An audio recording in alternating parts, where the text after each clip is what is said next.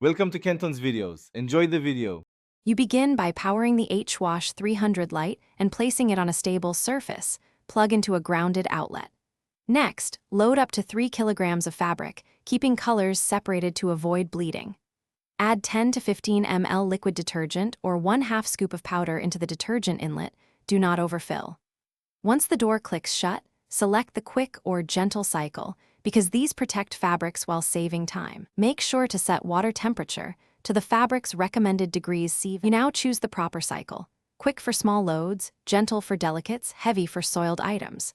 Then adjust temperature and spin speed using the dial. Lower RPMs reduce wear, higher RPM speed drying. Set the timer if you need delayed finish. This saves energy during off-peak hours. Once the cycle starts, monitor the progress LEDs and enzyme indicator. They tell you when to add fabric softener or when a rinse is complete. If you notice unusual noise, pause and inspect. You finish by turning the unit off, unplugging it, and opening the door to remove laundry promptly. This prevents odors and wrinkles.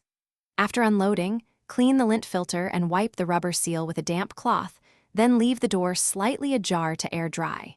If an error code appears, first reset power by unplugging for 30 seconds.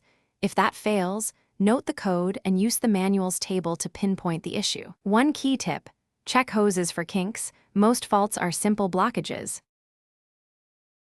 Thanks for watching. Consider subscribing if we helped you.